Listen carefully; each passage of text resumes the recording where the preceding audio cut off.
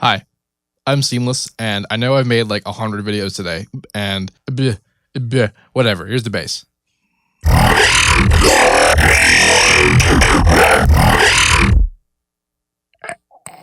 Okay, all right. So now here's the story. I was working on this track. It's the one from How to Base 18, but I decided that I didn't like the FME Vocodex bass that I already had in the track, and I'm like, well, I feel like I've done it better before, so I looked at Menagerie, my old track. I'm full of Mountain Dew right now, and a lot of like, if you listen to Menagerie in the drop, like the Vocodex and the FM bass are just all over the place. And I listened to it, and every once in a while, there's some moments that just sounded really evil. So I decided that I didn't really give the Menagerie patch my fair attention. So I've learned some things since then. So I decided that I needed to make this work. So I made it into a patcher set here. Patcher is just so cool. It's really great. And so one of the things, okay. So what's going on in this patcher right now? So the biggest part of this is the Vocodex, I would say. But the biggest part of the thing that's not the Vocodex is the FM bass in Citrus. Now, this is a little bit more complicated than my usual FM bass, but it's still built around the same principles. It has it's a operator that's going out, and it has the fundamental FM modulator, and then the high frequency FM modulator, and that creates the vocalization formanty sounds. And I have another one going on that has a different high frequency harmonic, and then that high frequency harmonic is being modulated again by another fundamental tone. And those are both going out. I'm on the carriers for each of these. I pitched up the second carrier, and then I polarized the output so that it gave it that kind of Reese pitch warble that you get when you detune saw waves, that kind of thing. That sound. That's what I was going after. Which I'm not 100% sure if that really mattered in Menagerie when I did that. And I think I also used this as the main bass, which it did sound pretty sweet. But it gave me an added bonus when I brought it up again, because I realized in the last patcher that I had done in How to Base 18, I had used the Vocodex in the patcher, and I didn't realize that if you go into like inputs, you right click on it, you can actually add more inputs, and this is important because in order to make the Vocodex work, I had to enable left right encoding, and that means that each input is mono. And now, because it's just each input with everything that the input has, I can now pan the individual outputs that I have in the Citrus, and that's what creates the widening stereo effect in the preview if you listen to that on my SoundCloud. So I'll demonstrate that right now.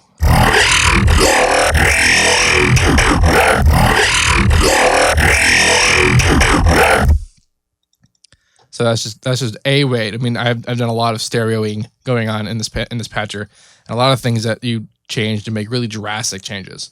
So that's the FM patch. I'm gonna have each bit of everything that's in this patcher as a preset for it a zip for you to download, as well as the patcher itself, which I have confirmed by independent information that someone on my Facebook posted, that it does work in FL10, despite the fact that this is the FL11, FL 10.9 version of patcher. So, okay, next thing, Harmer. In Menagerie and those tracks, I still primarily used vocal samples as the modulator. So I didn't really know how to get that to work in patcher, but I realized that I could load it into Harmer and then just use the position in time and all of that to control the sample.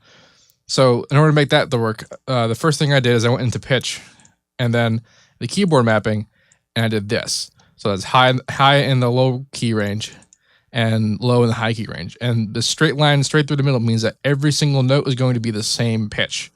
And that means every single note is going to play the sample at the right pitch. So that means that I don't have to actually trigger the modulator and the carrier separately. It can just be one MIDI event.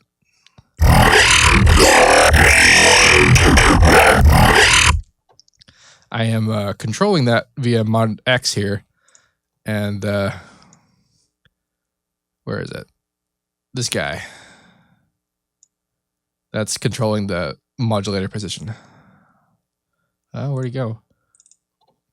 All right. I also panned it. You can also control the formants in Harmor. I didn't even really mess with that a whole lot. I might have actually to the panning to had much effect. I think it only has effect if your carrier has a panning effect. But again, I'm not 100% on that. So there's EQs and there's a limiter to control compression on the carrier or the modulator, which is important because if the mod I keep switching it up, if the modulator is soft randomly, it'll decrease the output of the carrier, which is not necessarily desirable. So this is almost the same preset I used in Menagerie with a couple of differences. The primary difference is that I utilize these much more. The release, attack, and hold. Now, normally, minimum times here is on by default. And what this does is it prevents certain vocoder artifacts. Now, what the hold, attack, and release are referring to is the speed at which the bands operate. Now, I'm gonna mess with the release primarily, and you can see the kind of effect it has.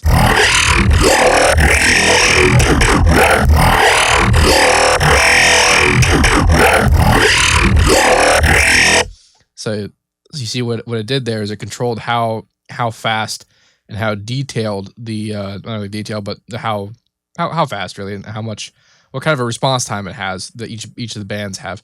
Now, these control the global amounts, but you can actually go into the line editors and control them per band. So you can make it so that these bands have a really high release and these bands have a really slow release. So that means if you have a particular kind of artifact going on that you want to get rid of in only a particular section, but the rest of it sounds good, you can isolate that and make it work for you. If you have min times on, it'll prevent the kind of artifacting that I just described. So, the other thing that I changed is that, what else did I do? Oh yeah, so I very carefully chose how many bands I'm using, and this is because with the differences here in the attack and hold times, how many bands there are really makes a difference. Like, I mean, like I'll just move a couple and watch what happens.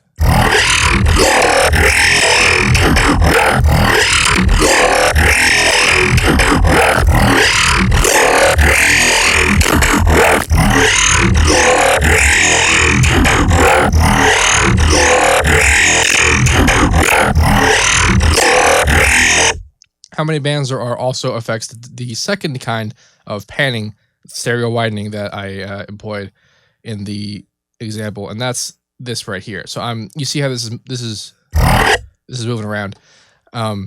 This is the Unison for the modulator, and Unison settings applied to pitch, and what that means is that it's going to spread the bands a little bit, make the bands spread from high to low, and because it changes the pitch of the modulator information. So if you pan it, the bands that go high based on Unison are one direction and the other, that kind of thing. That spread that you got going here. You can determine what kind of spread it is and also how many up to 5 you use. I tend to stick with 2 because I like that. And again, this how many bands you have is important because the more bands there are, the more effect that the pitch difference in the modulator has.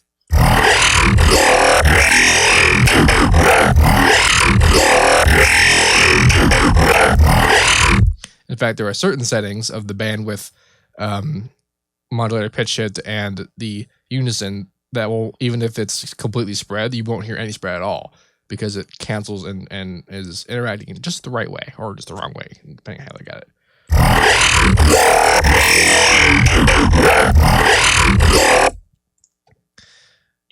All right, so I also mess with the modulator pitch shift directly with these line editors. Most of these buttons up here have the editor equivalents. You start with the gain multiplier by default. That's the first one you see. It's more or less the EQ.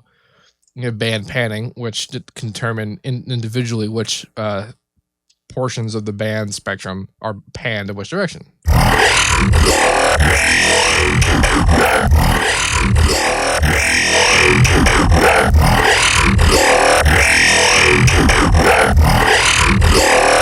Which is kind of interesting. And I ruined everything, so I had to fix it.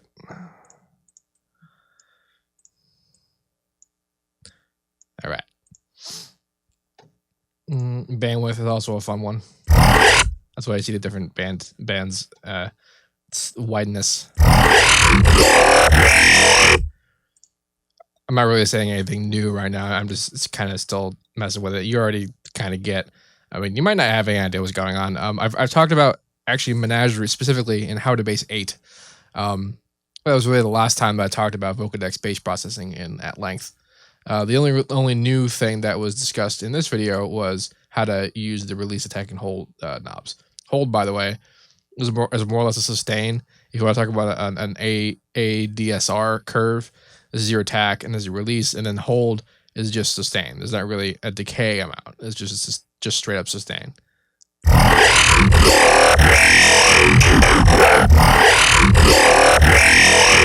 Not a whole lot of effect because I have a really high release.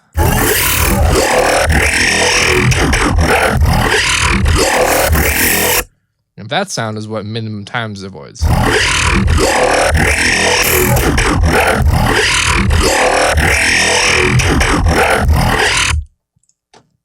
So yeah, this patcher preset and all the individual bits, just in case that doesn't work, I'll have available for download in the description of this video.